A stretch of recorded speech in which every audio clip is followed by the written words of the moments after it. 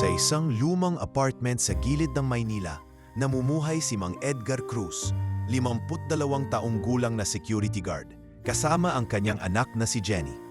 Sa unang tingin, wala kang mapapansin na kakaiba sa kanya. Pangkaraniwang itsura, payat, medyo panot na ang ulo, at may matitingkad na linya ng edad sa noo. Pero sa likod ng katahimikan ng kanyang mukha ay ang buhay ng isang amang itinaya ang lahat para sa kinabukasan ng anak. Araw-araw, alas 8 ng gabi, ang pasok ni Mang Edgar sa isang kilalang ospital sa Maynila. Panggabing shift siya roon sa loob ng mahigit 11 taon. Sanay na siyang maglakad mula sa bahay nila patungo sa ospital. Naka-uniforme at may bitbit na lumang thermos ng kape. May dala rin siyang maliit na Bible sa bulsa ng kanyang jacket, hindi para magpakabanal, kundi para lang may mabasa sa pagitan ng mga shift kung walang tao. Bago siya umalis tuwing gabi, lagi niyang binubusalan ng halik ang noo ng anak. "Anak, huwag kang magpupuyat ha. Bukas ako na bahala sa almusal mo." Bulong niya kay Jenny, 16 na taong gulang, matalino at masikap sa pag-aaral. Hindi man karangyaan ng buhay, pinilit ni Edgar na hindi iparamdam sa anak ang bigat ng kanilang kalagayan. Si Jenny ay may hika. Bata pa lang ito ay madalas nang maospital tuwing tagulan. Kaya't lahat ng kayod ni Edgar ay para sa gamot, gatas at edukasyon ni Jenny. Ayaw niyang mapabayaan ito. Ayaw niyang maranasan ng anak ang gutom at kawalan na naranasan niya noon pa man. "Papa, mag-iingat ka sa daan. Umiinom ka ng gamot mo ha?" Paalala ni Jenny habang inaayos ang collar ng uniforme ng ama. "Huwag kang mag-alala anak. Kayang-kaya ni Papa ito." Ani Edgar, sabay ngiti, kahit ramdam na niya ang kirot ng rayuma sa tuhod. Pagdating sa ospital, binati siya ng kapwa mga guard. Ang ilan ay bago, ang iba'y matagal na ring kasamahan. Pero ang madalas niyang makasama ay si Arnold. Mas bata sa kanya ng 15 taon, malakas ang katawan, mabilis magsalita, pero mayabang. Si Arnold ang tipo ng empleyado na malapit sa HR at madalas napasabit sa likod ng bagong operations manager, si Miss Tanya. "Uy, Manong Head, buhay ka pa pala," tukso ni Arnold habang nagsisindi ng yosi sa likod ng guardhouse. "Baka nga mauna ka pa sa akin," sagot ni Edgar sabay ngiti, sanay na sa patutsada ng kasamahan. "Alam mo, dapat yata nagpapahinga ka na lang sa edad mo. May balita akong magbabawas daw ng tao dito. Yung mga matanda raw ang uunahin," dagdag ni Arnold habang nilalaplap ang yosi. "Kaya kung ako sa'yo, mag-apply ka na sa palengke. Doon mas bagay ka." Ngumiti lang si Edgar, hindi na siya umimik. Wala siyang lakas para makipagsagutan pa. Hindi rin siya pala away. Sa edad niya, natutunan na niyang ang pananahimik ay minsan mas makapangyarihan kaysa sa pagtatalo. Sa buong gabi, siya ang nakapwesto sa emergency driveway. Tahimik ang gabi. Tanging ang tunog ng mga ambulansya at ang mga pasyenteng isinusugod sa ER ang maririnig paminsan-minsan. Doon siya nakaupo. Naka-jacket, may hawak na maliit na notebook kung saan siya sumusulat ng mga random na bagay. Mga quote, dasal, at minsan tula para sa kanyang anak.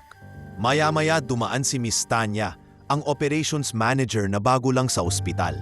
Kilala ito sa pagiging mahigpit, laging may suot na blazer kahit mainit at tila walang ngiti sa mukha. "Guard Edgar," tawag nito habang dalang clipboard. "Ma'am," sagot niya sabay tayo at saludo. "Napansin kong ikaw lagi sa ER gate tuwing gabi. Alam mo naman siguro na may pagbabago sa pulisiya, di ba?" "Opo ma'am, sinusunod ko po lahat ng update." "Good. And let me remind you, di ka na pwedeng makialam sa ibang bagay dito ha? Walang labis, walang kulang sa tungkulin mo. Kasama ka sa ina-assess ngayon, so be careful." "Opo ma'am." Pagkaalis ni Tanya, huminga ng malalim si Edgar. Alam niyang hindi lang siya ang tinitignan. Ngunit ramdam niya rin, baka nga siya ang isa sa mga mauuna. Pag-uwi niya kinabukasan, nadatnan niyang inuubo si Jenny. May kaunting lagnat. Pinainom niya agad ng gamot at pinunasan ng bimpo. Umiiyak ang bata, hindi dahil sa sakit kundi dahil alam nitong mahirap para sa kanilang ama ang gumastos. "Sorry po pa, hindi ko sinasadya. Alam ko pong wala tayong pera ngayon." "Tigil na anak, wag mong iniisip yan. Pera lang yan, kikitain natin. Ang importante, gumaling ka. Si Papa bahala sa'yo." Yumakap si Jamie sa kanya. At sa yakap na iyon, naramdaman ni Edgar na kahit gaano kahirap ang buhay, basta't magkasama sila ng anak niya, hindi siya susuko. Hindi kailanman. Sa mga gabing ganoon, walang ibang sandalan si Mang Edgar kundi ang dasal at ang simpleng pangarap na makita isang araw ang anak niyang nagsusuot ng puting uniforme, may stethoscope at masayang nagtatrabaho sa ospital. Hindi bilang pasyente, kundi bilang isang profesional. Ngunit ang tahimik na buhay ay hindi laging mananatiling tahimik. May paparating na unos at hindi pa niya alam, magsisimula ito sa isang sira at lumang ambulansya. Nagbago ang takbo ng mga araw sa ospital sa pagsapit ng bagong buwan. Dumami ang mga memo sa bulletin board at bawat linggo may panibagong announcement mula sa bagong pamunuan. Dati-rati, ramdam ni Mang Edgar ang simpleng galaw ng ospital, mga lumang rutina, ilang pasaway na pasyente at madalang na inspections. Ngunit mula nang maupo si Miss Tanya bilang bagong operations manager, tila ba ang buong ospital ay biglang naging parang isang sundalong pinilit tumindig sa linya. Isang umaga, habang nagkakape si Edgar sa guardhouse, may usapan ng mga tauhan sa HR at mga security guard na pilit niyang pinakinggan. Pre, totoo daw. Mga matatanda muna ang bibigyang notice. Yung mga hindi na college graduate, mas malamang tanggalin. Bulong ni Ramon, isang kapwa guard na kabatch ni Edgar sa trabaho. Di si Manong Ed ang pinakadelikado.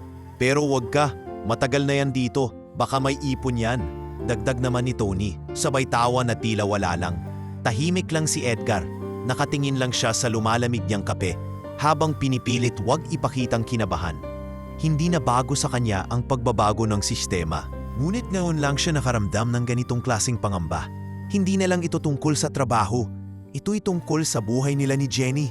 Ilang araw pa ang lumipas at tuloy-tuloy ang inspeksyon. Sa isang meeting ng mga security guard, si Miss Tanya mismo ang tumayo sa harap, bitbit ang mga papel na halatang puno ng pangalan. Effective next month, may realignment tayo ng manpower. Lahat ng departments ay inaasahan na mag-a-adjust. Hindi ito personal. Ito ay bahagi ng mas malawak na restructuring, aniya habang nakatingin sa mga tauhan. Security group, lalo na sa night shift, ay isa sa mga pinakakausap ko ngayon. Lumingon siya kay Edgar. Lalo na yung mga may edad, we need younger, more flexible staff. Sa mga salitang iyon, parang may sumundot sa dibdib ni Edgar. Hindi siya sumagot. Nakatungo lang siya habang ang iba ay tahimik ding nagkatinginan. Maging si Arnold ay hindi mapigilang ngumisi sa tabi niya. Mukhang may matatapos na kontrata, Manong. Bulong ni Arnold na parang sarap na sarap sa pananakot. Pero isang bagay ang hindi pa alam ni Miss Tanya, ni Arnold, ni kahit sino man. Sa kabila ng tahimik niyang anyo, si Edgar ay hindi basta sumusuko. Hindi man siya edukado o bat, marunong siyang tumindig kapag kailangang ipaglaban ng tama. Ngunit sa ngayon, pinili niyang manatili sa linya, maghintay at patuloy na gampanan ang trabaho ng buong puso. Habang nagbabantay sa ER driveway isang gabi, napansin niyang ilang ambulansya ang hindi na gina. Isa rito ay ang lumang unit na nakapark sa garahe. May kalawang sa gilid, gas-gas sa bintana at hindi na tumatakbo. Ilang beses na niyang narinig ang reklamo ng ibang staff pero wala namang umaaksyon. Sayang tong unit na to. Kung ako lang may tools, baka napaandar ko pa to. Bulong ni Edgar sa sarili habang sinisilip ang makina. Lumapit sa kanya si Alan, isang medtech na madalas niyang makakwentuhan. Manong Ed, sayang yung ambulansyang yan. Sira lang ang starter niyan pero ayaw gastusan. Ang utos sa amin, gamitin na lang yung bago kahit kulang. Sumbong ni Alan. Paano kung sabay-sabay ang emergency? Tanong ni Edgar. Di problema na lang driver o ng ospital, sagot ng binata, sanga umiling. Hindi alam ni Edgar kung bakit, pero parang may gumising sa puso. Sa mga taon niyang nagbabantay sa ospital, alam niyang bawat segundo sa emergency ay buhay na naataya. Isang ambulansya ang maaring makapagligtas ng isang batang kagaya ng anak niya. At ang iniwang sasakyan na iyon, kung maayos lang, baka may mailigtas pang buhay. Ngunit kasabay ng pagnanais niyang tumulong, ang mas pinapabigat sa isip niya ay ang banta ng pagpapaalis. Alam niyang maliit ang tsansa na makaligtas siya sa anggalan, lalo't siya ay walang koneksyon, walang diploma, at hindi na rin bata. Pero ang puso niya ay hindi tumitigil sa paghahanap ng paraan para makapaglingkod pa kahit papaano. Isang gabi, habang siya'y naglalakad pa uwi matapos ang shift, napadaan siya sa isang lumang auto repair shop.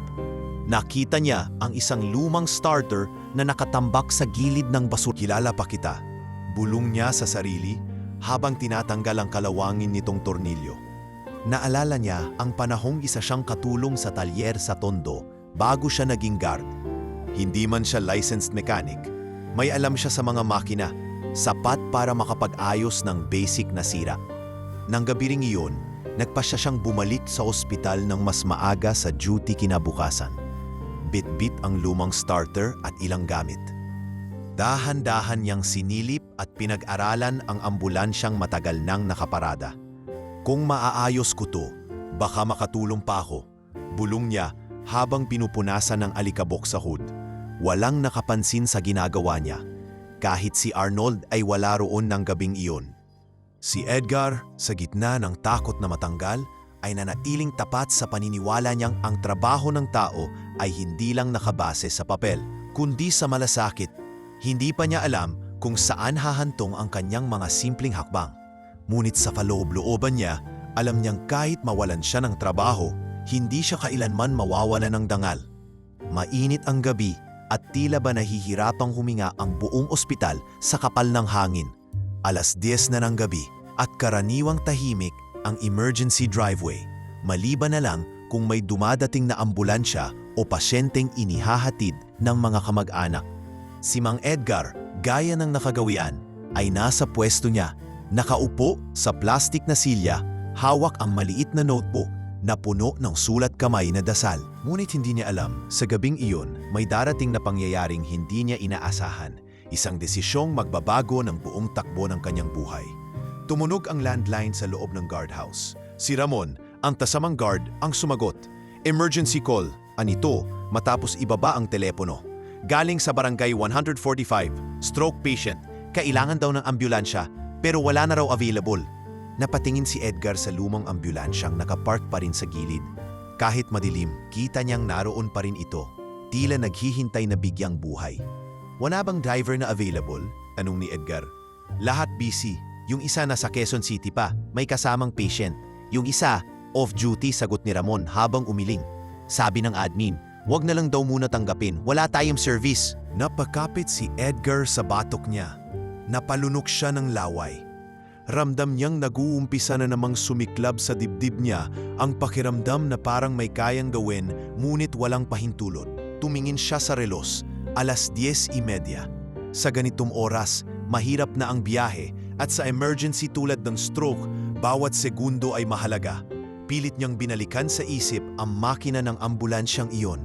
Naalala niyang nasubukan na niyang paandarin ito, ilang linggo na ang nakaraan, ngunit hindi tumuloy. Sira ang starter, ngunit kagabi lamang ay naipwesto na niya ang isang lumang piyesang nakita sa talyer. Kung suswertihin, baka gumana. Hindi na siya nagdalawang isip. Tumayo siya, kinuha ang flashlight sa guardhouse at limapit sa ambulansya. Binuksan niya ang hood, tiningnan ang wiring at marahang tinapik ang pyesa. Pinilit niyang huwag magmadali. Alam niyang kahit isang pagkakamali lang, maaaring magdulot ito ng pagsabog o mas malalang sira. Ngunit mas nanaig ang pakiramdam niyang kailangang may tumulong. Habang abala siya sa ilalim ng hood, biglang may pumasok sa compound si Arnold, galing break. "Uy, Manong, anong ginagawa mo dyan?" Tawag nito. Bahagyang naguguluhan, pero may nakakalokong ngiti. "May emergency. Wala tayong ambulansya. Subukan ko lang paandarin to." Sagot ni Edgar habang hindi inaalis ang tingin sa makina. "Huwag kang tanga, Manong. Baka masira mo lalo yan. Wala kang authority." Sagot ni Arnold. Sabay kuha ng cellphone at kinuhanan ng litrato si Edgar. "Ipapasa ko to kay HR. Bahala ka sa buhay mo." Hindi siya pinansin ni Edgar. Sa halip, pinihit niya ang susi. Isang mahinang tik-tik ang narinig. Umusok ang tambutso. Sa ikalawang pindot, bigla itong umandar. Mahina, pero buhay. Tumakbo si Ramon papunta sa kanya. "Gumana? Gumana, Manong?" "Oo, tawagin mo na ang nurse sa ER. Sabihin mong may sasakyan na." Utos ni Edgar. Ilang minuto pa'y dumating ang mga nurse na may bitbit na stretcher at emergency bag. Isinakay nila ang matandang pasyente habang ang anak nito ay panay ang pasalamat. Salamat po talaga. Hindi po naming alam kung aabot pa siya kung wala pong ambulansya. Hindi na sumagot si Edgar. Tiningnan lang niya ang sasakyan habang unti-unting umaandar papalayo. Sa loob ng ambulansya, ang pasyente ay tila walang malay. Puno ng pasakit ang mukha nito at pilit na inililigtas ng mga nurse sa loob ng sasakyan. Walang sino man sa ospital ang may ideya kung sino ang matanda. Wala ring may alam na ang kasalukuyang sakay ng ambulansya ay hindi lang basta pasyente, kundi ang may-ari ng isa sa pinakamalalaking medical company sa bansa. Habang bumabalik si Edgar sa pwesto, hindi na siya pinansin ni Arnold. Tahimik lang ito habang nakatitig sa mga larawan sa kanyang cellphone. Ngunit sa loob ng kanyang isipan, may balak na itong gawin sa kinabukasan. Sa buong magdamag, hindi na nakatulog si Edgar. Hindi dahil sa kaba kung gumana ba ng maayos ang ambulansya, kundi dahil sa iniisip niyang baka mapagalitan siya kinabukasan. Alam niyang hindi tama sa papel ang ginawa niya. Ngunit sa puso niya, ginawa niya ang tama, ang tumulong, ang iligtas, ang maging tao. Pag-uwi niyang kinabukasan, napansin ni Jenny ang lungkot sa mukha ng ama. "Papa, okay ka lang ba?" "Oo naman anak, medyo pagod lang si Papa, pero ayos lang. Basta ikaw, masama pa rin ba ang pakiramdam mo?" "Medyo, pero naubos na po yung gamot ko kagabi. Hindi ko po nasabi." Napahawak si Edgar sa noo niya. "Sige, mamaya pag may kita ako kahit konti, bibilhan kita." Habang kumakain sila ng lugaw na may kaunting itlog, hindi na nagsalita pa si Edgar. Ang uak niya'y naglalakbay pa rin sa mga huling pangyayari. Ramdam niyang may mabigat na susunod. Ramdam niyang ang ginawa niyang pagtulong ay maaaring pagbayaran niya. Ngunit hindi niya alam, may mga mata nang nagbabantay at ang kanyang kabutihang loob ay hindi magtatagal sa bilim, sapagkat ang sakay ng ambulansyang iyon ay hindi lang pasyente. Isa itong binhing mag-uugat ng pagbabagong hindi niya kailanman inasahan. Maagang pumasok si Mang Edgar kinabukasan. Bagamat tulog ang katawan niya sa pagod ng nagdaang gabi, ang isip niya ay mulat na mulat. Habang naglalakad siya sa kahabaan ng hallway ng ospital, dama niya ang bigat ng mga mata ng mga tao. May ilan na tila nag-aalangan lumakad at ang iba'y bumubulong sa tabi-tabi. Ngunit sa likod ng mga titig at bulungan, pinilit niyang panatilihin ang tikas ng anyang katawan. Paglapit niya sa guardhouse, sinalubong siya ni Arnold na may nakakunot na noo pero may nakangising labi. Isang uri ng ngiti na hindi nagdadala ng kabutihan. "Uy, Manong, napatawag ka ni Ma'am Tanya sa admin. Halika, sabay tayo." Aniya, sabay pakitang muli ng cellphone nito. "May mga litrato tayo kagabi, di ba?" Napahinto si Edgar. "Anong ibig mong sabihin?" "E di sinumbong kita. Hindi mo ba alam pare, bawal hawakan ng mga gamit ng ospital nang walang pahintulo? Masyado kang mapagpakabayani kagabi." Sarkastikong sagot ni Arnold. "Good luck na lang." Nagpatuloy ang lakad ni Edgar. Walang salitang lumabas sa kanyang bibig. Pero sa loob-loob niya'y humahagupit ang kaba. Mabilis ang tibok ng kanyang puso habang tinatahak niya ang hagdan patungong third floor, kung saan naroon ang admin office. Pagdating niya sa opisina, naroon na si Miss Tanya, nakasuot ng kulay abong blazer, seryosong muka at may hawak na brown folder. "Guard Edgar, umupo ka." Utos nito, malamig ang tinig. Tumango siya at dahan-dahang naupo sa harapan ng mesa. "May natanggap kaming report at photographic evidence na ikaw ay lumabag sa security protocol kagabi. You handled hospital property, the ambulance, without permission. That's considered a serious offense." "Ma'am, pasensya na po. Alam ko pong bawal, pero kagabi po'y may emergency call. Hindi mo trabaho ang magdesisyon kung ano ang emergency o hindi." Sabat agad ni Tanya. "May mga proseso tayo at sa ilalim ng bagong pamunuan, we will be strict." Inilabas ni Tanya ang isang dokumento. Termination paper. Nakatype na ang pangalan niya at naka-highlight pa ang salitang dismissal for gross misconduct. Nagdesisyon ng management, effective immediately. Terminated ka na sa tungkulin. Pwede mo nang kunin ang huling sahod mo bukas. May clearance ka na ring pipirmahan. Dagdag ni Tanya habang pinipirmahan ang papel sa harap niya. Hindi agad nakapagsalita si Edgar. Nakatitig lang siya sa papel na tila ba unti-unting nilalamon ang kinabukasan niya. Wala man lang investigasyon. Wala man lang pagkakataon para ipaliwanag ang intensyon. Ang buong 11 taon ng serbisyo ay binura ng ilang segundo ng kabutihang loob. Pwede po ba akong magpaliwanag, ma'am? Hindi ko po ito ginawa para sa sarili ko. Gusto ko lang pong tumulong. Tanong niya, pilit inipigil ang nangingilid na luha. I'm sorry, but the decision is final. Malamig na sagot ni Tanya. Tumayo si Ed. Kinuha ang papel, pilit na pinirmahan kahit nanginginig ang kamay. Sa likod ng bintana ng opisina, tanaw niya ang kalsadang tila sobrang layo mula sa kinaroroonan niya. Hindi niya alam kung paano siya babalik sa anak niyang umaasa sa kanya. Hindi niya alam kung anong sasabihin. Pero sa kabila ng lahat, tiniis niya ang sakit, tahimik siyang lumabas sa opisina. Pagbalik niya sa guardhouse, naabutan niya si Arnold na nagkaape. Oh, tapos ka na? Sabi ko na nga ba, Manu? Next time, sundin mo na lang ang utos. Huwag masyadong bida-bida. Anito habang natatawa. Hindi siya sumagot. Sa halip, naglakad siya patungo sa locker room. Kinuha niya ang lumang backpack, ang thermos, ang maliit na Bible at ilang mga personal na gamit. Tahimik ang lahat. Walang nagpahayag ng pakikiramay. Walang nagtanggang magtanong. Parang isa lamang siyang multong naglalakad palabas ng ospital. Habang binabaybay niya ang daan pauwi, damang-dama niya ang bigat ng hakbang. Ang init ng araw ay tila dumudurog sa kanyang balikat. Ang mga ingay ng Maynila ay tila nagiging katahimikan sa kanyang pandinig. Sa kanyang kamay, mahigpit na hawak ang termination paper. Paalala ng sistemang hindi nagpapahalaga sa malasakit ng isang tao. Pag-uwi niya, agad siyang sinalubong ni Jenny. Pa, ang aga mo. Anong nangyari? Tanong nito habang may hawak pang baso ng gatas. Napakagat si Edgar sa labi. Hindi niya alam kung paano uumpisahan. Naupo siya sa kanilang lumang bangko sa labas ng bahay, pinatong ang backpack at tiningnan ang anak. Anak! Tinanggal na si Papa sa trabaho. Mahinang sabi niya halos hindi marinig. Natigilan si Jenny. Tumulo agad ang luha sa mata nito. Bakit pa? Anong ginawa mo? Tinulungan ko lang yung pasyente kagabi. Wala kasing sasakyan. Kaya inayos ko yung ambulansya. Bawal daw yun. Sabi nila lumabag ako sa patakaran. Pero pa, tinulungan mo sila. Dapat nga po pinasalamatan ka, hindi pinarusahan. Lumapit si Jenny at niyakap ang kanyang ama. Mahigpit. Parang siya na mismo ang gustong sumalo ng lahat ng sakit. Okay lang anak. Kaya pa ni Papa. Kakayanin natin. Basta't magkasama tayo. Okay lang kahit saan tayo dalhin ng tadhana. Bulong niya habang pinipilit ngumiti. Ngunit kahit anong pilit ng ngiti, hindi kayang itago ng kanyang mga mata ang pangungulila, panghihinayang at pagkawasak ng tiwalang ipinundar niya sa ospital na minahal niya ng matagal na panahon.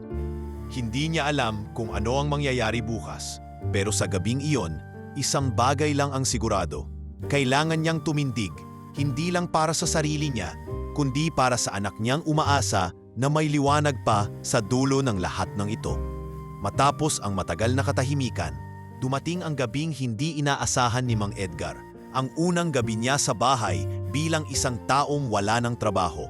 Wala na ang panggabing uniform, wala na ang thermos ng kape, at higit sa lahat, wala na ang pakiramdam ng katiyakang may sweldo sa katapusan ng buwan. Sa halip, nakasuot siya ng lumang sando at shorts habang nakaupo sa harap ng hapag. Pilit binubuo sa isipan ang plano para sa kinabukasan nilang mag-ama. Pa, may lagnat pa rin po ako. Mahinang sabi ni Jenny habang nakahiga sa banig. Lumapit agad si Edgar. Dinampian ng bimpo ang noo ng anak.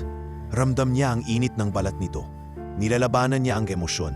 Gusto niyang umiyak, pero hindi pwede. Hindi ngayon. Hindi sa harap ni Jenny. Wala na tayong gamot anak. Mamaya, pupunta ako sa butika. Subukan kong humingi ng pareseta sa barangay. Baka pwedeng utangin muna. Aniya habang pinupunasan ng pawis sa noo ng anak. Pa, sorry po, pasensya na po kung sakitin ako. Ani Jenny sabay hikbi. Anak, wag mong isipin yan. Wala kang kasalanan, lalo kang hindi pabigat. Ikaw nga ang dahilan kung bakit gumigising pa si Papa sa umaga. Sagot ni Edgar, pinipilit na magbiro kahit pa ang tinig niya'y nanginginig. Kinagabihan, isinakay niya sa tricycle si Jenny papuntang public hospital. Mahaba ang pila sa labas, uno ang emergency ward at ang ilan sa mga pasyente ay nakasahig na lamang. May iba pang nakatayo sa tabi ng mga dingding, nag-aabang na tawagin. May ilang bata na umiiyak sa init. May matanda na giniginaw at nakabalot ng kumot sa bangketa. Wala na pong bakanting kama. Sabi ng nurse sa triage, kung kaya pa pong i-observe sa bahay, baka mas makabuti. Nakikiusap po sana ako, ma'am. Nilalagnat po kasi siya. May hika rin siya. Baka po pwedeng painumin ng gamot muna habang naghihintay. Sagot ni Edgar, halos magmaka. Kung may reseta po kayo, pwede po sa pharmacy. Kung wala pa, pwede niyong kausapin si Doc Reyes dun sa sulok. Pero matagal ang pila. Umakay si Edgar sa anak at pinaupo ito sa gilid ng hallway. Mula sa kanyang bulsa, kinuha niya ang wallet. 300 lang ang laman. Alam niyang hindi ito sasapat sa gamot, pamasahe at pagkain pa para bukas.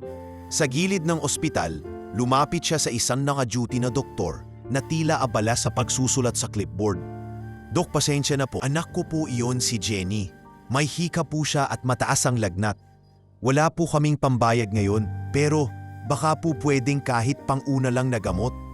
Napatingin ang doktor. Nakita ang anak niyang nakaupo. Mukhang maputla, pawis na pawis. Anong pangalan mo, kuya? Tanong ng doktor. Edgar po.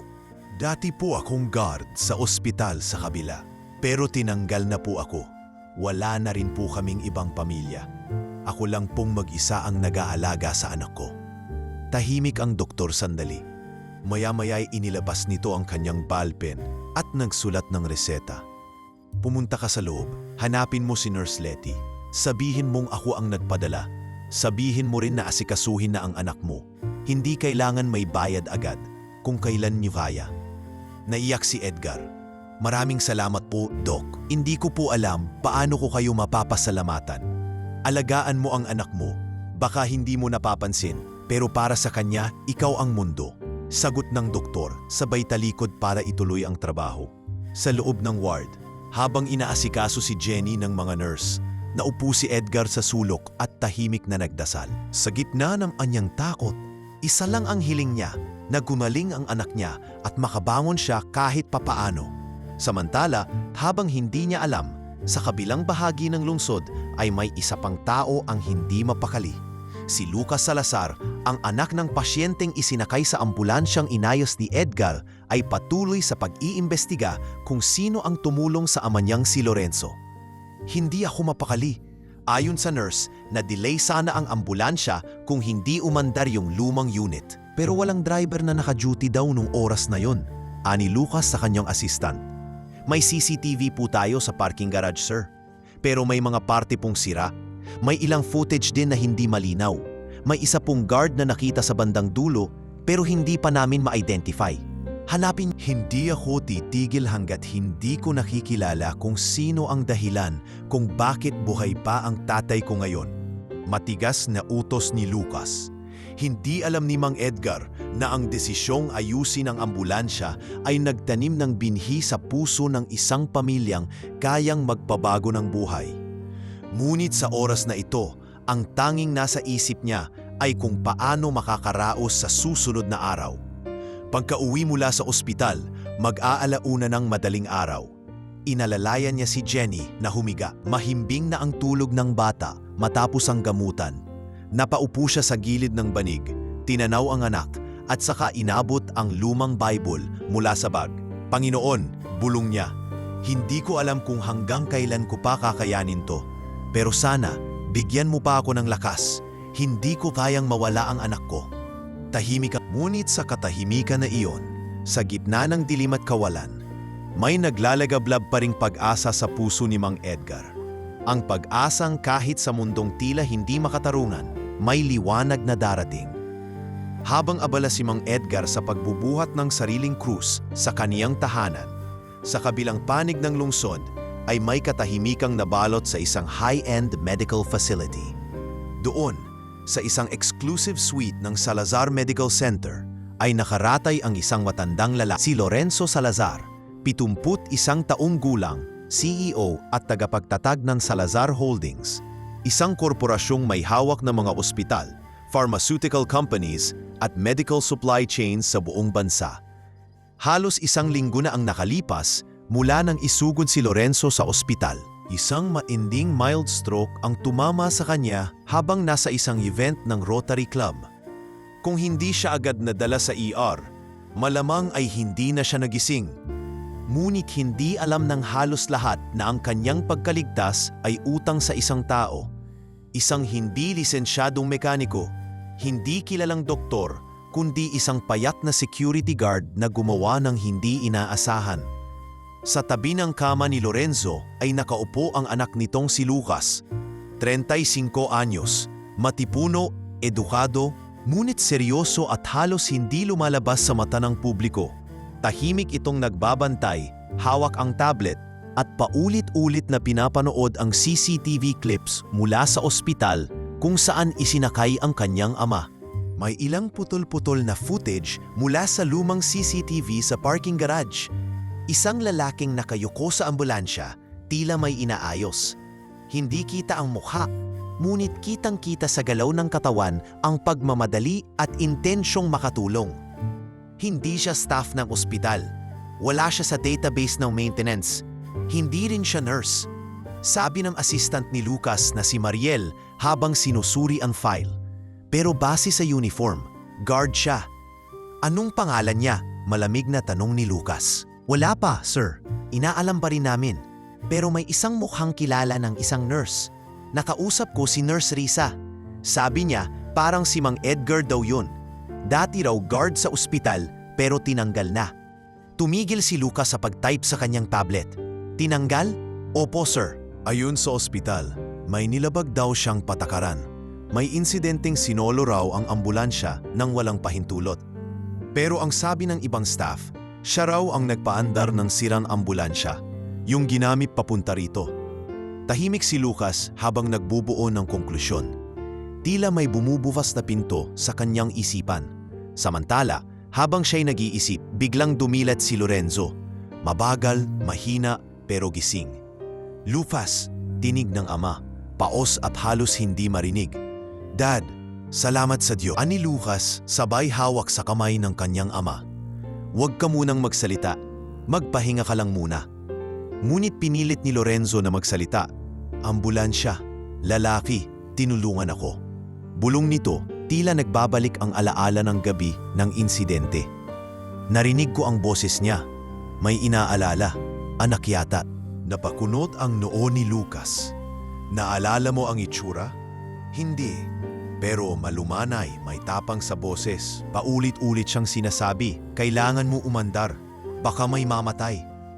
Yun ang huling narinig ko bago ako mawalan ng balay. Hinawakan ni Lucas ang kamay ng ama at dahan-dahang tumango. Don't worry, Dad. Hahanapin ko siya. Alamin ko kung sino ang taong yun. Habang nangyayari ito, si Edgar naman ay abala sa panibagong gyera ng araw-araw na pamumuhay. Dahil walang trabaho, halos buong araw siyang nasa bahay. Nag-aalaga sa anak na si Jenny na unti-unti nang gumiginhawa ang pakiramdam. Pero ang problema ay unti-unti na ring nauubos ang kaunting ipon. Isang hapon, habang naglalabas si Edgar sa likod ng barong-barong, nilapitan siya ni Mang Cardo, isang kapitbahay na tricycle driver. Pare, narinig ko yung nangyari sa ospital. Masama talaga yung sistema na yan. Pero may naghahanap sa'yo, pare. Ha? Naghahanap? Tanong ni Edgar habang pinipiga ang damit. Oo, may nakasakay ako kaninang hapon. Magarang babae. Ang tanong sa akin kung kilala ko raw si Edgar Cruz. Guard daw dati. Pinakita pa ang picture mo. Napakunot ang noo ni Edgar. Hindi ko kilala. Saan mo siya dinala? Sa kabilang barangay lang. Pero tingin ko, galing yon sa malaking kumpanya. Yung suot pang corporate. Tinanong niya pati kung dito ka raw talaga nakatira. Hindi na nakasagot si Edgar. May kaba sa dibdib niya. Hindi niya alam kung ito ba'y masamang balita. Baka kaso, reklamo, o baka isa pang parusa mula sa ospital. Pero sa kabilang banda, may kaunting pag-asa sa tinig ni Cardo. Anong itsura? Tanong niya. Payat? Maputi? Mahaba buhok? Parang sekretarya o taga-HR? May dala pang tablet? Kinabukasan, habang inaalagaan si Jenny, napansin ni Edgar na may nakaparadang itim na SUV sa dulo ng kalsada. Mula rito, bumaba ang isang babaeng naka-business attire at may hawak na envelope. Lumapit ito sa kanila at ngumiti. Magandang araw po. Kayo po ba si Ginoong Edgar Cruz? Tanong ng babae. Opo, ako po iyon. May problema po ba? Tanong niya habang lumapit ng bahagya. Ako po si Mariel Mendoza. Personal assistant po ako ni Ginoong Lucas Salazar, anak ni G. Lorenzo Salazar. Isinugod po siya sa ospital ilang araw na ang nakakaraan. Nais po namin kayong makausap. Gusto po sana kayong imbitahan ni Sir Lucas. Napatingin si Edgar kay Jenny. Pagkatapos ay bumalik ang tingin sa bisita. Pasensya na po, ma'am. Ano pong kailangan nila sa isang tulad kong wala namang nagawa kundi... Hindi po, gusto po kayong pasalamatan. At kung maaari, gusto po sana kayong personal na makilala ng pamilya. Hindi po ito kaso, sir. Isa po itong pagkilala. Dahil sa mga salitang iyon, isang damdamin na matagal nang natutulog sa puso ni Edgar ang unti-unting nagising. Ang pag-asang sa kabila ng may nakapansin at kung tama ang kutob niya, baka nga ang gabi ng sakuna ang magiging daan para sa umagang babago sa kanilang buhay. 3 araw makalipas ang pagbisita ni Mariel, tahimik na bumiyahe si Mang Edgar papunta sa opisina ng Salazar Medical Holdings.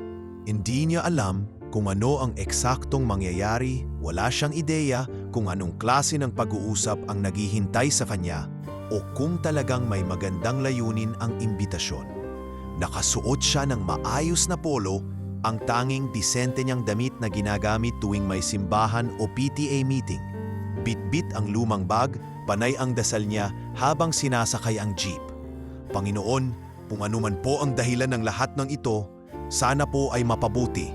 Hindi na po ako umaasa ng sobra, basta po, sana'y hindi ito masama para sa anak ko. Pagkarating niya sa gusali, napatingala si Edgar. 5 palapag ang Salazar Medical Holdings Headquarters. Moderno, salamin ang buong harapan. Sa loob, sinalubong siya ng receptionist. Good morning po, sir. Kayo po ba si Mr. Edgar Cruz? Opo, sagot niya habang kinakabahan. Dito po kayo, inaantay po kayo ni Sir Lucas. Anang receptionist, sabay turo sa elevator. Sa ika-4 na palapag, bumungad kay Edgar ang malawak na opisina na puno ng halaman, larawan ng mga ospital at mga testimonyal ng mga pasyente. Sa dulo ng hallway ay may salaming pintuan kung saan nakasulat ang pangalan. Lucas A. Salazar, President and CEO. Binuksan ni Mariel ang pinto at pinatuloy siya. Sa loob, may mahabang mesa, mga shelves ng libro at sa tabi ng bintana ay isang lalaking nakatalikod, nakasuot ng simple ngunit mamahaling long sleeves na kulay bughaw. Paglingon ng lalaki, bumungad ang malamig ngunit magalang na tingin ni Lucas. May kapayapaan sa kanyang mukha, ngunit halatang may bigat sa dibdib. Kayo po pala si Mang Edgar, wika niya habang lumapit at iniabot ang kamay. Ako po si Lucas Salazar. Naupo po kayo. Kahit nahihiya, inabot ni Edgar ang kamay at tumango. Magandang araw po, sir. Pasensya na po kung medyo hindi ako sanay sa ganitong lugar. Walang problema, Mang Edgar. Ako ang dapat humingi ng pasensya. Ang tagal bago namin kayo natagpuan. Tahimik si Edgar. Pilit niyang pinakikiramdaman ang bawat salita. Pilit inaalam kung ano ang patutunguhan ng usapan. Nais ko po sanang magpasalamat sa inyo sa ngalan ng pamilya ko, sabi ni Lucas habang inilalabas ang isang tablet. Ito po ang CCTV footage nung gabi ng insidente. Kayo po ang nasa video. Kayo ang nag-ayos ng ambulansya. Napakagat sa labi si Edgar. Pasensya na po. Alam kong mali, bawal po yun. Kaya po ako natanggal. Pero kayo po ang dahilan kung bakit buhay pa ang ama ko ngayon? Sagot ni Lucas. Seryoso ang tinig. Alam nyo ba, sabi ng doktor kung na-delay pa ng kahit 5 minuto ang pagdating niya sa ER, baka tuluyan na siyang nawala. Napayuko si Edgar. Ginawa ko lang po ang tama. Wala po akong intensyong lumabag. Ayoko lang pong may mamatay dahil lang walang sasakyan. Tumamu si Lucas at ngumiti ng bahagya. Ayon sa ama ko, narinig daw niya ang boses mo habang binubuksan mo ang makina. Sabi niya, kahit wala siyang malay noon, naririnig niyang paulit-ulit min sinasabi, kailangan mong umandar, may buhay kang kailangang iligtas. Napaluha si Edgar.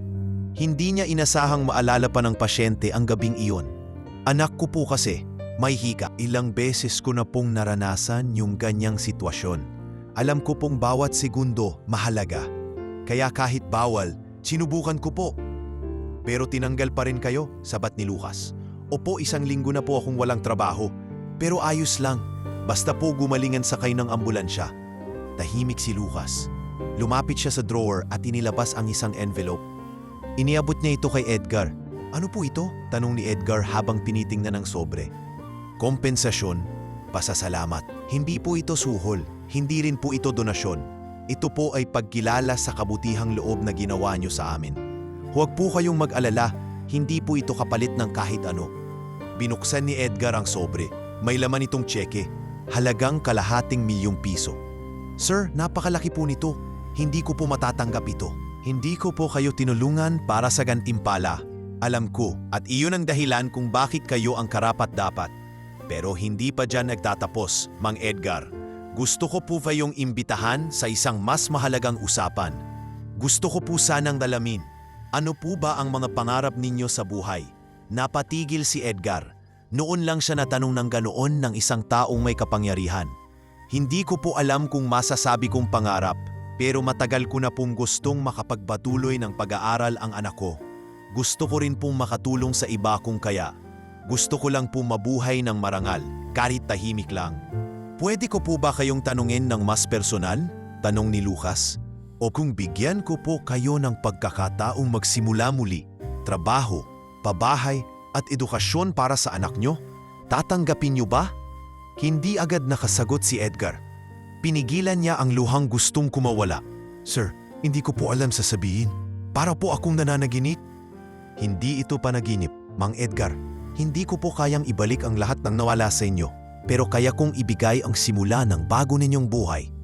Nagkatinginan sila, ang isang taong sanay sa korporasyong malalaki ang sahod, at ang isang amang itinaya ang lahat para sa anak, kahit walang kapalit. At sa loob ng opisina na iyon, nabuo ang isang kasunduang hindi batay sa papel, kundi sa puso. Ang kabutihang ginawa sa dilim, hindi man inaasahang mapansin, ay minsan binibigyang liwanag ng tadhana. Sa kabila ng alok ni Lucas, hindi agad nakapagsabi ng oo si Mang Edgar. Magkahalong pag-aalinlangan at takot ang nararamdaman niya. Para sa kanya, hindi ganun kasimple ang tumanggap ng isang biglaang biyaya. Sanay siyang pinagpapaguran ang bawat sentimo, bawat kanin sa plato. Kaya't ng gabing iyon, habang pauwi siya mula sa opisina ni Lucas, wala siyang inisip kundi ang kapakanan ni Jenny. At kung tama bang tanggapin ang alok ng isang taong halos hindi niya kilala. Pagka-uwi niya sa kanilang barong-barong, nadatnan niya si Jenny na muling inuubo. Hindi na ito nilalagnat tulad ng dati, pero mahina pa rin. Nakaupo ito sa gilid ng banig at nagsusulat ng mga sagot sa module gamit ang lapis na ubos na ang pambura. Pa, anong nangyari? Sino po yung kausap ninyo kanina? Tanong ni Jenny habang nilalapag ang papel. Umupo si Edgar sa tabi ng anak. Anak, naalala mo yung ambulansyang inayos ni Papa? Yung sakay daw pala nun. Isang matandang may-ari ng malaking kumpanya. Buhay siya at gusto raw nila akong tulungan. Talaga po? Nagliwanag ang mukha ni Jenny, ngunit napalitan din ng pag-aalinlangan. Pero bakit parang hindi ka masaya pa? Hindi agad sumagot si Edgar. Pinagmasdan niya ang anak at pinisil ang kamay nito. Hindi ko alam, anak. Natatakot ako. Baka may kapalit. Baka hindi totoo. Baka hindi ko kayanin. Luma na ang katawan ni Papa.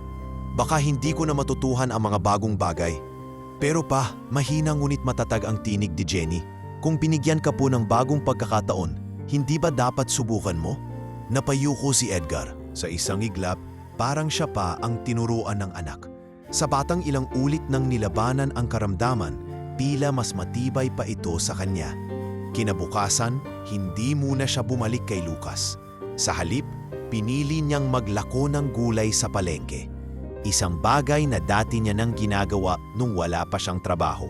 Kumuha siya ng ilang talong, sitaw at kamatis mula sa puhunang inutang niya kay Mang Celso, ang tindero sa kanto. Edgar, sigurado ka ba dyan? Mainit ngayon, tsaka mahina ang benta. Babala ni Mang Celso habang isinasaing ang kanin sa maliit na kalan. Kailangan ko lang ng pantawid, Celso, kahit konti lang. Para sa anak ko, sagot niya sabay buhat sa bayong. Habang naglalakad siya sa palengke, bit-bit ang bayong at sumisigaw ng preskong gulay. Murang-mura. Dama niya ang pagbabalik ng isang buhay na matagal na niyang nilimot. Ang buhay ng isang walang kasiguraduhan. Ang bawat hakbang sa mainit na simento ay tila paalala ng hirap, ng bigat at ng pakikipaglaban para lamang may maihain sa hapag.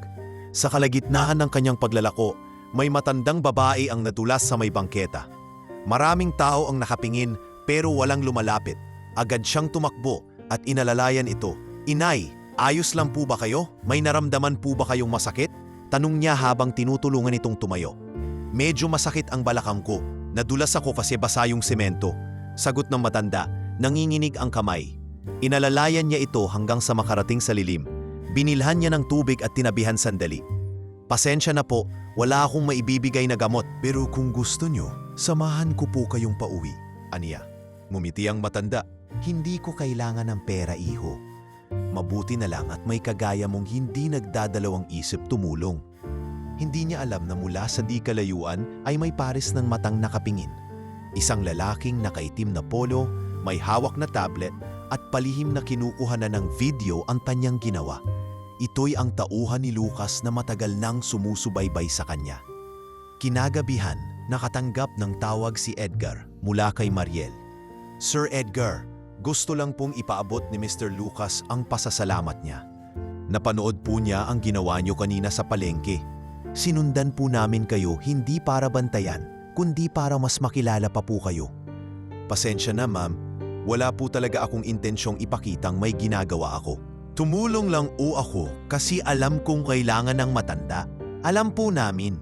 Kaya nga po siguro si Sir Lucas ay mas determinado pa kayong kausapin. Kung pwede po sana, bumalik po kayo bukas sa opisina." Hindi na siya nakatanggi. Naisip niyang marahil, ito na ang sagot sa dasal niya. Hindi man agad siya sigurado, ngunit sa mga mata ng mga taong hindi niya inaasahan, tila unti-unti na siyang nakikita. Hindi bilang tauhan, kundi bilang isang taong may tunay na halaga. Kinabukasan. Bago siya lumakad, kinausap niya si Jenny. "Anak, pupunta ulit si Papa sa opisina ni Sir Lucas. Siguro oras na para tanggapin natin ang tulong." Ngumiti si Jenny. "Pa, kahit anong mangyari, proud po ako sa inyo." Isinukbit ni Edgar ang lumang bag, isinara ang pinto ng kanilang barong-barong at humakbang palabas, hindi na tulad ng dati. Sa bawat hakbang dama niya ang unti-unting pagbabalik ng dignidad, ng pag-asa at ng isang panibagong panimula na hindi na niya kailanman inaasahan. Maaga pa lang ay nakaayos na si Mang Edgar. Nagsuot siya ng parehong polo na ginamit niya noong unang beses siyang pumunta sa Salazar Medical Holdings. Muling plansado, maingat na isinabit buong gabi para huwag madumihan.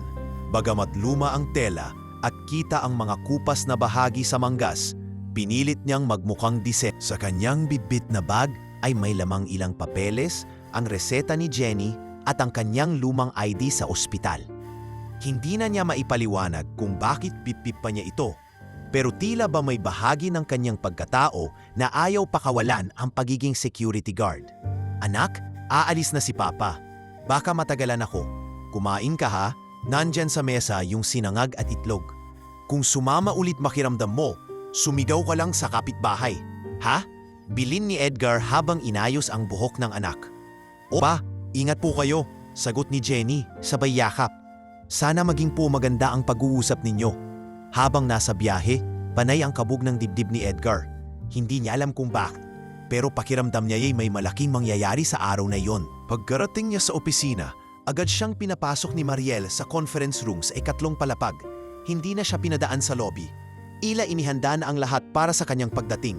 Pagbukas ng pinto, isang tahimik ngunit mainit na ngiti ang sinalubong sa kanya ni Lucas. "Mang Edgar," wika ni Lucas, sabay abot ng kamay. "Salamat o at dumating kayo muli." "Maraming salamat din po sa muling paanyaya. Hindi ko po alam kung anong aasahan ko ngayon, pero handa po akong makinig." Tumango si Lucas at inaya siyang maupo. Sa ibabaw ng mesa ay may ilang dokumento, isang laptop at 2 tasa ng kape. "Bago ang lahat, gusto ko pong ipaalam na ito pong pag-uusap natin ngayon ay hindi tungkol sa kompensasyon. Ito po ay isang paanyaya. Isang panibagong simula, kung nais nyo, panimula ni Lucas. Hindi umimik si Edgar. Tahimik lang siyang nakikinig.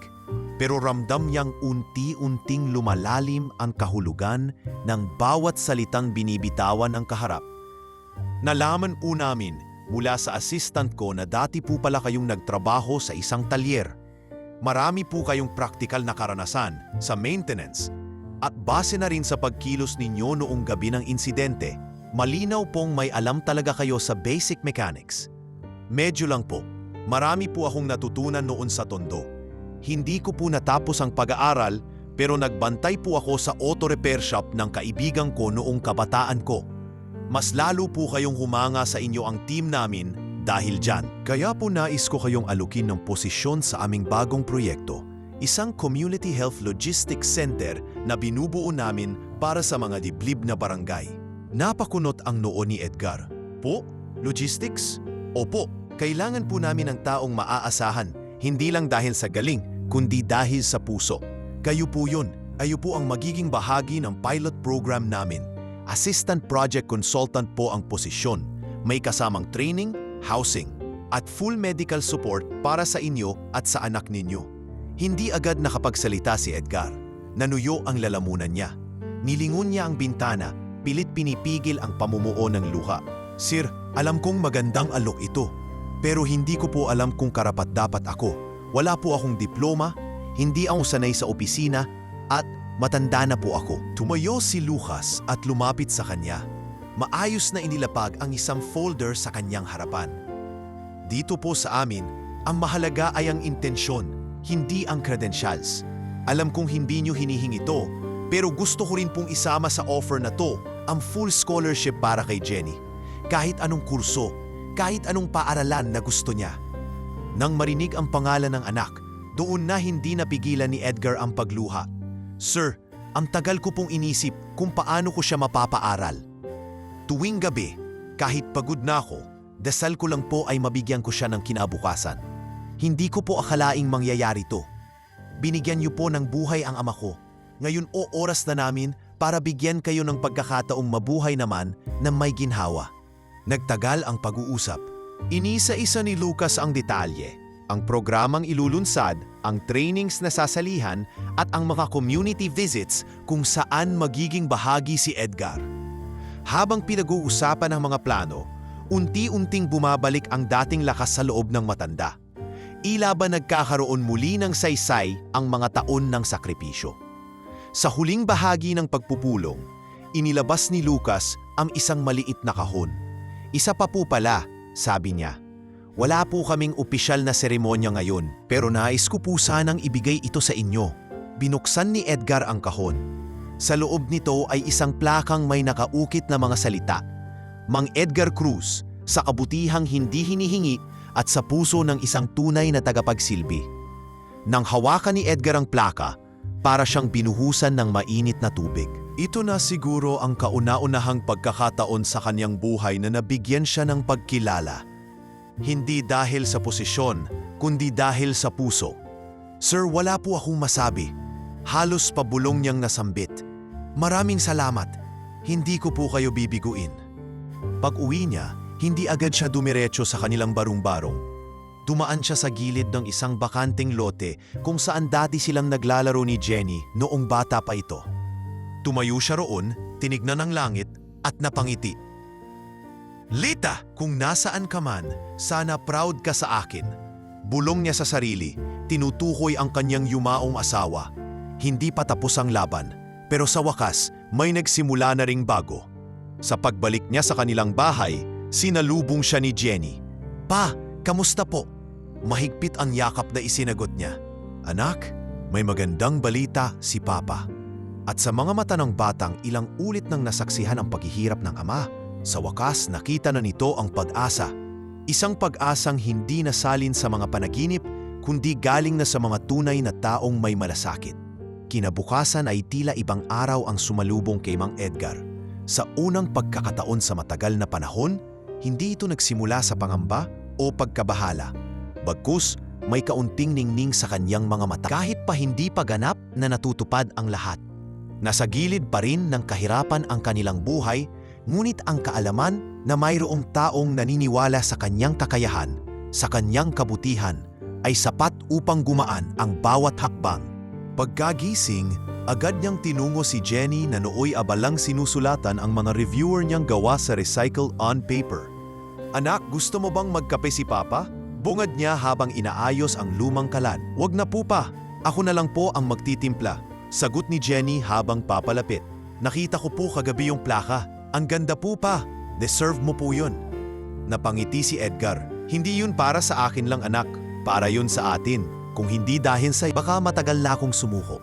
Pagkatapos ng almusal, muling bumalik si Edgar sa opisina ni Lucas para sa opisyal na pagpirma ng mga papeles. Doon, inabutan siya ni Mariel ng isang makapal na folder na naglalaman ng kontrata, detalye ng proyekto at mga benepisyong kaakibat ng bagong posisyon. "Mang Edgar, sa ilalim ng proyektong ito, kayo ay magiging Assistant Logistics Consultant para sa pilot program sa 3 komunidad sa Rizal. Kami na po ang bahala sa training ninyo. 2 buwan, lahat sagot ng kumpanya. Kasama po sa benepisyo ang monthly allowance, health insurance at libreng tirahan." Napakagat sa labi si Edgar habang binabasa ang dokumento. Ganito pala ang pakiramdam ng binibigyan ng pagkakataon. "Hindi po ito basta pagkakataon lang, sir," sabat ni Mariel. "Ito po ay pagkilala. Minsan, mas mahalaga pa sa diploma ang malasakit." Matapos pirmahan ang mga dokumento, sinamahan siya ni Mariel papunta sa opisina ni Lucas para sa personal na pagbati. "Congratulations, Mang Edgar. Welcome officially sa team." Bati ni Lucas, sabay abot ng kamay. "Maraming salamat po, Sir Lucas. Hindi ko po ito makakalimutan." Ngayon, pag-usapan naman natin si Jenny. Wika ni Lucas habang binubuklat ang isa pang folder. "Kagabi, nag-meeting kami ng partner school namin. Kausap namin ang presidente ng STA Milagros College, isa sa pinakamagandang paaralan sa Calabarzon. Bukas ang scholarship slots nila, full tuition, libre ang books at uniforms, may allowance pa." Napasinghap si Edgar. "Pero, sir, paano po yun? Pangmayaman po ang paaralang yon.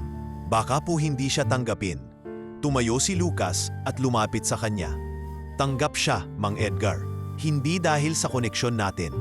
Tanggap siya dahil karapat-dapat siya. May record po kami ng grades niya.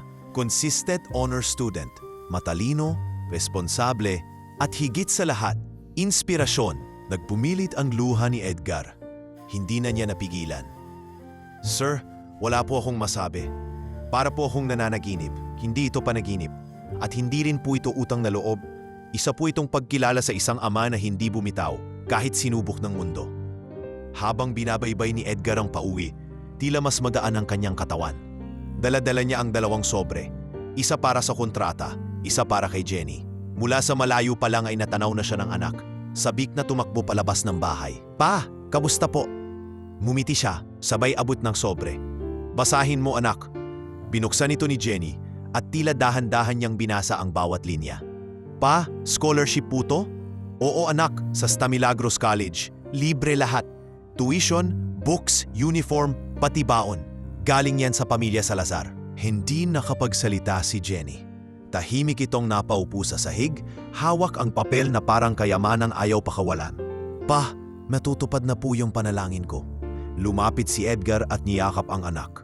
Mahigpit, yung tipong yakap na kay tagalinantay. "Kahit kailan anak, hindi kita bibitawan." At sa pagkakataong to, parang ang langit na mismo ang nagbigay ng sagot. Makalipas ang ilang araw, sinimilan na ni Edgar ang kanyang training. Sa isang conference room sa Pasig, pinangunahan siya ng mga logistics manager at community developers. Bagamat marami siyang kailangang matutunan, mga spreadsheet, inventory systems, vehicle dispatch schedules, hindi siya sumuko. Kapag hindi niya maunawaan agad ang topic, kinukopya niya sa notebook at inuuwi sa bahay para ulitin. "Hindi ako sanay sa computer, pero magtitiis ako," aniya sa sarili habang paulit-ulit na pinipindot ang enter sa keyboard. Isang gabi habang binabasa ang module, nilapitan siya ni Jenny. "Pa, kailangan mo po ng tulong? Marurong po ako sa Excel." Nagkatawanan silang mag-ama. "Oo nga no, ikaw ang matalino sa atin," sagot ni Edgar. Tinuruan siya ni Jenny at sa parehong gabing iyon, na-realize niyang ang pagbabagong tinatamasa nila ay hindi dahil sa swerte, kundi dahil sa paninindigan, sa pananalig, at sa kabutihang hindi naghahanap ng kapalit. Isang linggo pa ang lumipas. Sa community visit nila sa isang barangay sa Tanay, dumalo si Edgar bilang trainee ng logistics team. Habang pinapakita ng mga doktor ang mga bagong ambulansyang inisponsora ng proyekto, nilapitan siya ng isang maandang lalaking may suot na barong. "Ikaw ba si Edgar Cruz?" tanong nito. "Opo, buhay ang kumpare ko dahil sa iyo. Si Lorenzo Salazar, ako si Mayor Donato. Bilib ako sa ginawa mo." Hindi na niya alam kung ano ang isasagot, kaya humiti na lang siya at tumango. Sa dami ng mga pasasalamat na natanggap niya nitong mga araw, natutunan niyang tanggapin ito, hindi bilang kayabangan, kundi bilang biyaya. Sa gabing iyon, habang magkasabay silang kumakain ni Jenny ng sopas sa maliit na kusina, binuksan niya ang pinto at hinayaang pumasok ang malamig na hangin. "Pa, anong pakiramdam na may bagong trabaho?" tanong ni Jenny. "Pakiramdam ko, anak, parang muling ipinanganak ang buhay natin." At sa unang pagkakataon, hindi lang si Jenny ang may pangarap, pati si Mang Edgar, isang dating guard na tinanggal sa trabaho, ay natutong muling mangarap, hindi lang para sa anak niya, kundi para sa sarili niyang muling pagkabuhay. Mainit ang sikat ng araw nang dumating ang unang araw ni Mang Edgar bilang opisyal na assistant project head sa bagong itinatayong Community Health Logistics Center sa isang bayan sa Rizal. Isang taon na mula nang matanggal siya sa ospital. Isang taong puno ng sakripisyo, panalangin at pagbabago. Ngayon, imbes na magbantay sa gate, siya na ang sinusulyapan at binabati ng mga kasamahang nurse, driver at field workers na may paghanga. "Good morning po, Sir Edgar." Bati ng isang field nurse habang nag-aayos ng mga medical kits. "Magandang umaga rin. Ingat kayo sa pagbibiyahe nyo ha. Mainit ang panahon ngayon." Tugon niya habang kinukumpirma ang checklist sa clipboard. Isang malaking warehouse ang naging base ng logistics center. Dito nakaimbak ang mga gamot, supply, portable beds at ilang ambulansya na inilalaan para sa mga malalayong komunidad. At ang nakaupong lumang ambulansya sa gilid ng gusali. Ang unang sasakyang inayos ni Edgar noong gabing iyon ng insidente ay ginawang simbolo ng pasimula ng proyekto. Pinalinis ito, pininturahan at may nakasulat sa gilid, "Ambulansya ng Pag-asa, alay sa malasakit ni Mang Edgar." "Parang kahapon lang pinapaalis ako sa ospital," bulong ni Edgar habang pinagmamasdan ang sasakyan. Ngayon, ito na ang pinagmula ng bago kong mundo. Samantala, si Jenny naman ay nagsimula na rin sa kanyang pangarap. Nakapasok na siya sa Sta Milagros College at ngayong nasa ikalawang taon na ng kursong nursing, isa siya sa mga pinakamasigasig at consistent dean's listers sa buong kolehiyo. Araw-araw ay tumatawag ito kay Edgar gamit ang video call. "Pa, pasensya na po kung di ako makakauwi sa weekend. May return demo kami sa injection handling," ani Jenny habang nasa dorm. "Ayos lang anak. Mas mabuting abala ka sa pag-aaral. Dito ayos lang si Papa. May bagong delivery kami ng supplies kanina. 3 box ng gamot para sa Barangay San Luis." Sagot ni Edgar, masiglang ibinabalita. "Pa, proud po ako sa inyo. Hindi lang po dahil sa bagong trabaho, pero dahil kahit kailan, hindi kayo bumitiw. Mas proud ako sa iyo anak. Dati dasal ko lang na gumaling ka. Ngayon, ikaw na ang tutulong sa paggaling ng iba." Pero habang lumalago ang bagong yugto ng buhay nila, hindi rin naiwasan ni Edgar na balikan ang nakaraan. Ang sakit, ang pangmamaliit, at ang di makatarungang pagtrato sa kanya sa ospital na dati niyang pinagsilbihan. Isang araw, habang inaayos ang logbook ng transport schedule, dumating ang email mula sa isang kakilala sa lumang ospital. "Manong Edgar, naalala mo si Arnold? Tinanggal na rin siya. Naimbestigahan siya dahil sa internal complaint. Lumabas sa audit na may mga insidenteng pinagtakpan niya, pati yung tungkol sa ambulansya na halungkat."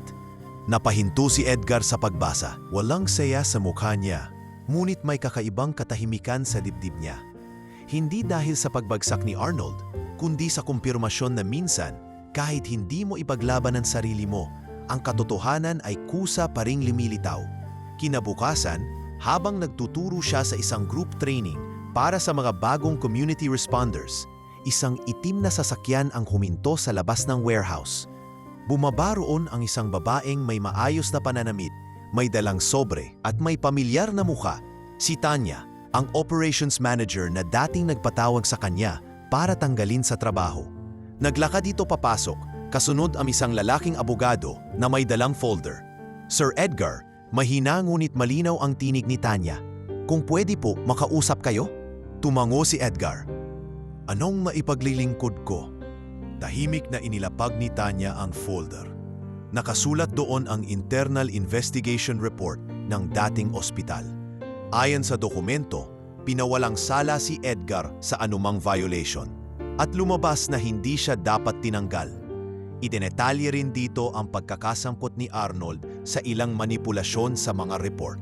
Sir Edgar, humihingi po ako ng paumanhin. Hindi ko po alam ang buong nangyari noon, pero hindi lahat binibigyan ng pagkakataong magtama. Kaya salamat sa pagpunta. May alok din po ang ospital, Sir Edgar, dagdag ng abogado. Kung papayag po kayo, nais po nilang ubalik kayo bilang consultant sa facilities management. Hindi lang po para bumawi, kundi para matulungan ninyo silang ayusin ang sistemang nasira. Napaisip si Edgar. Gusto niya mang tanggapin, naisip niya na ang puso niya ngayon ay nasa mas malawak na misyon. Ang maglingkod sa mga lugar na hindi naaabot ng ospital, ang makapiling ang mga hindi naririnig ng sistema. Pasensya na po, pero may bago na akong tahanan. Sagot niya habang tumingin sa mga kabataang volunteer sa gilid. Dito po ako mas kailangan. Habang palayo na sina Tanya at ang abogado, nakangiti si Ed. Hindi ng mayabang, kundi may kapayapaan. Ang pagtatama ng hustisya ay hindi kailangang mapasa kamay mo.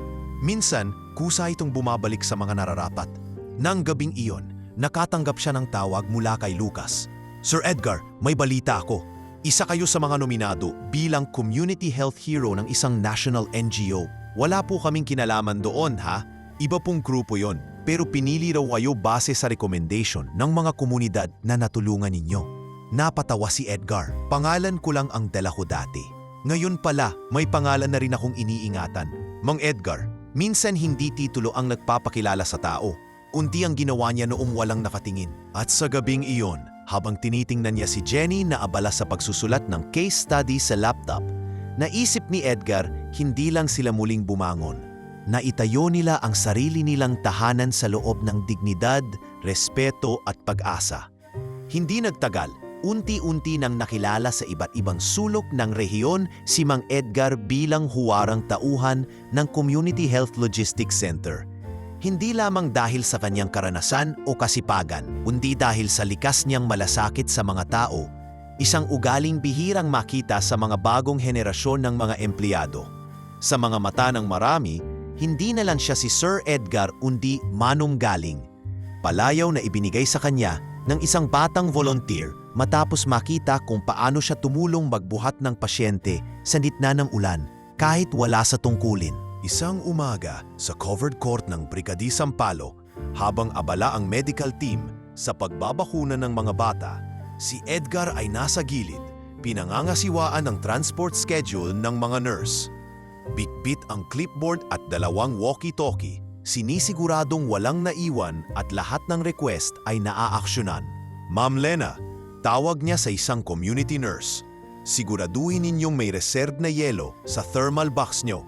Malayo ang sityo Kabuyaw, baka abutan kayo ng tanghali. Opo, Sir Edgar, salamat po sa reminder. Masiglang tugon ng nurse habang sumakay sa mobile unit. Habang naglalakad palibot, napansin niya ang isang binatilyong volunteer na tila nalilito sa papel na hawak. Anak, anong problema mo dyan? Tanong ni Edgar habang lumapit. Sir, hindi ko po alam kung saan ko dadalhin tong supplies na to. First time ko po ngayon. Sagot ng binatilyo. Kinuha ni Edgar ang papel, binasa ito sandali at numiti. Doon mo to dadalhin sa Station 3. Hanapin mo si Ate Grace. Sabihin mong si Manong galing ang nagutos. O kaya mo na yan. Tumango ang binatilyo, sabay salute. Kaya po, salamat po. Pagkatapos ng aktibidad, habang nagpapahinga sa lilim ng isang puno, binabihan siya ni Mariel na ngayon ay bahagi na rin ng field operations. Sir Edgar, may gustong makipag-meeting sa inyo. Galing po sila sa regional office. Nabalitaan daw nila ang performance ng center natin. Gusto raw kayong gawing speaker sa Annual Health Logistics Summit sa susunod na buwan. Napakunot ang noo ni Edgar. Ha? Ako? Gusto po nilang marinig ang kwento nyo kung paano po kayo nag-umpisa. Yung tungkol sa ambulansya. Yung pagbabalik ninyo mula sa pagkakatanggal.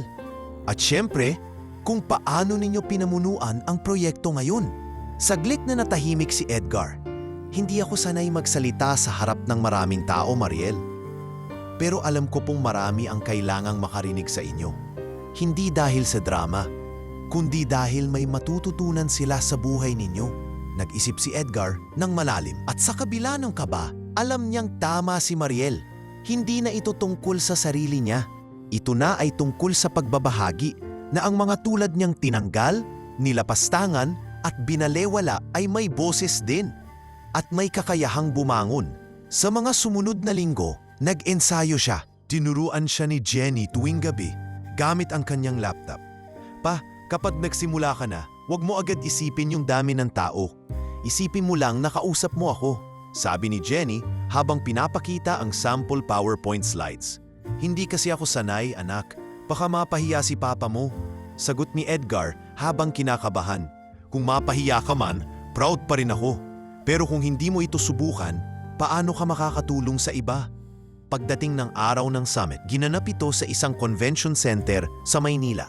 Mahigit 100 healthcare workers, logistics officers at NGO representatives ang dumalo. Sa stage, sunod-sunod ang mga speaker, mga doktor, eksperto at ilang kilalang personalidad. Si Edgar ang huling tagapagsalita. Pag-akyat niya sa entablado, walang high-tech presentation.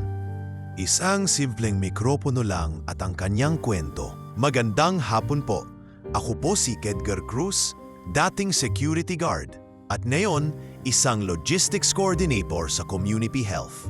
Tahimik ang buong hall, lahat nakapingin sa kanya. 1 taon po ang nakalipas. Tinanggal ako sa trabaho.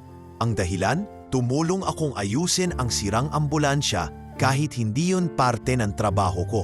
Alam ko pong bawal, pero ang nasa isip ko po noon ay baka may mamatay kung hindi ko yun ginawa. Habang nagsasalita siya, marami ang napayuko. Ang ilan ay tahimik na lumuluha.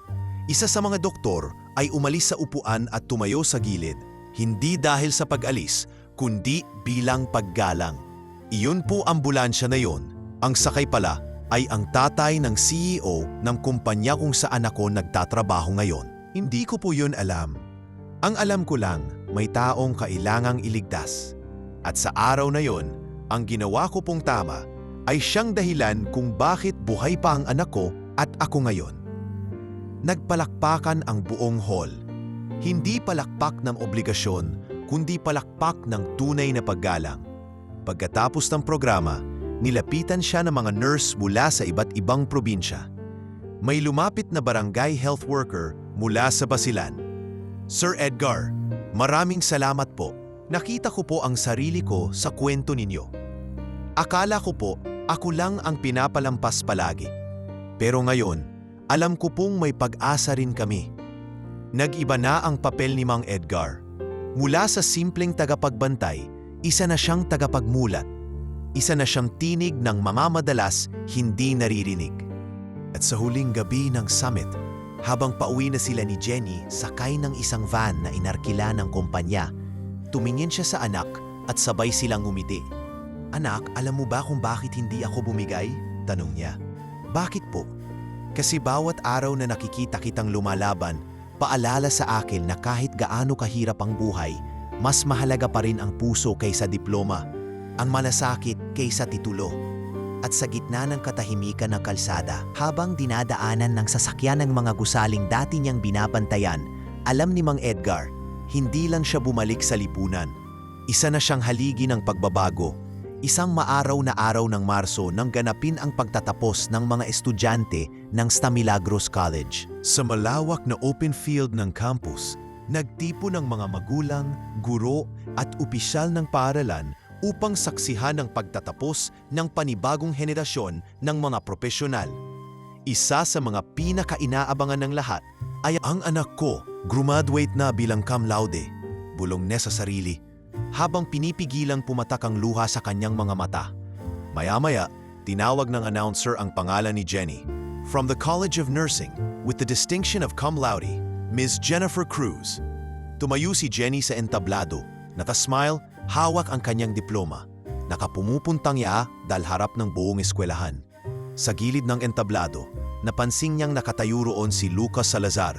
Nakangiti at palakbahagi ng Scholarship Foundation ang kanyang kumpanya at espesyal siyang inimbitahan ng paaralan upang dumalo.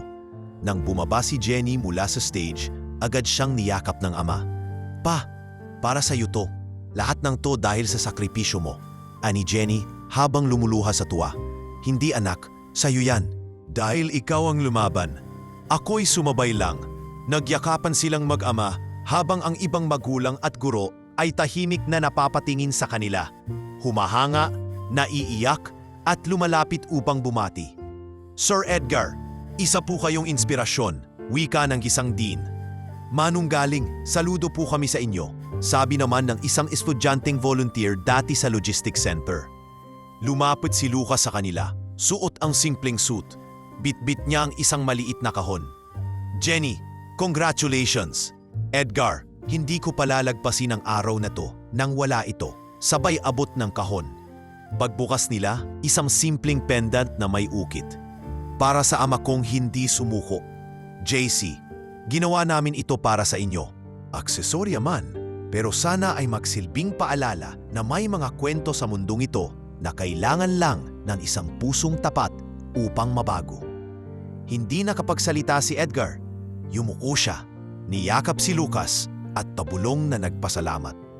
Matalipas ang isang buwan, ginanap ang Buhay na Bayani Awards sa Makati, isang taunang pagkilala sa mga individual na nagtagumpay sa kabila ng kahirapan at nagbigay ng malaking ambag sa kanilang komunidad. Isa si Mang Edgar sa mga nominado. From being a dismissed security guard to becoming a national health logistics model, we present the 2025 Buhay na Bayani Award to Mr. Edgar Cruz, sigaw ng host. Sabay tayo ng mga tao sa buong ballroom. Standing ovation. Karamihan ay hindi mapigilang mapaluha. Umakyat si Edgar sa stage. Suot ang isang simpleng long sleeves at nagbitaw ng maikling talumpati. "Hindi po ako sanay magsalita sa entablado, pero kung may gusto po akong sabihin, ito lang.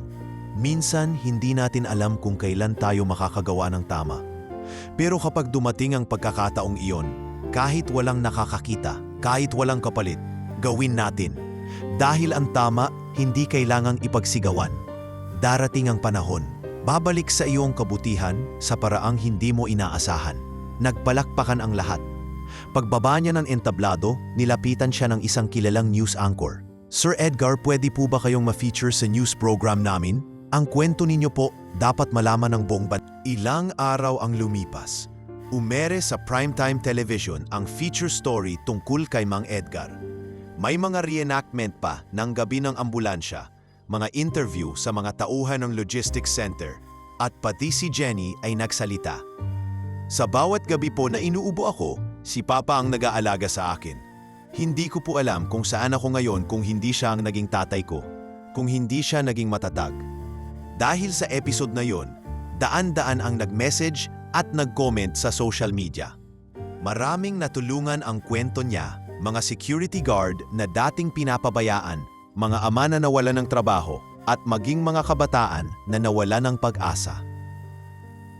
Isang linggo matapos ang feature, inimbitahan si Mang Edgar sa dating ospital kung saan siya tinanggal noon, hindi bilang pasyente, hindi bilang gwardya, kundi bilang keynote speaker sa orientation ng mga bagong empleyado. Pagpasok niya sa multipurpose hall ng ospital, napuno ito ng palakpakan. Ang dating lugar kung saan siya sinermunan at pinahiya, ngayon ay tinupuno ng respeto para sa kanyang kwento. Tumayo siya sa harap, tinitigan ang lahat ng bagong mukha at nagsimula. "Sa lugar na ito ako natutong magpatawad. Dito rin ako unang nadurog. Pero dito rin nagsimula ang kwento kung paano ko nalaman na kahit pangkaraniwang tao ka lang, kung may puso kang maglingkod, hindi mo kailangang humingi ng titulo para matawag na bayani."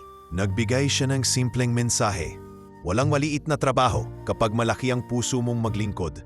Pagkatapos ng event, habang naglalakad siya palabas ng ospital, nilapitan siya ng isang batang janitor. "Sir Edgar, pwede pong selfie? Gusto ko po kayong tularan." Ngumiti siya at sabay-sabi, "Hindi mo kailangan tularan ako, anak. Tularan mo lang ang sarili mong katapatan. Yon ang hindi dapat mawala." Habang sumasakay siya ng van pauwi, may isa pang tumawag sa kanya. "Pa, na-receive ko na po ang offer letter ng ospital. Pwede na po akong mag-volunteer habang hinihintay ang board exam." Masiglang sabi ni Jenny sa kabilang linya, "Proud ako sa iyo, anak. Simula pa lang to. Hindi lang sa atin, kundi para sa lahat ng makakatanggap ng tulong mula sa iyo." At sa anyang pagbabalik sa bahay, muling naupo si Mang Edgar sa lumang upuang kahoy sa ilalim ng puno, kung saan siya minsang nakatulala, minsang nawalan ng pag-asa, at minsang nagdasal ng buong lakas. Ngayon, hindi na siya naghihintay. Naghahanda na siya para sa mas maraming buhay na matutulungan. Dahil minsan, ang pinakamaliit na kabutihan sa mata ng mundo ay siya palang pinakatumpak na simula ng isang pagbabagong hindi kayang bilhin ng kahit anong kayamanan.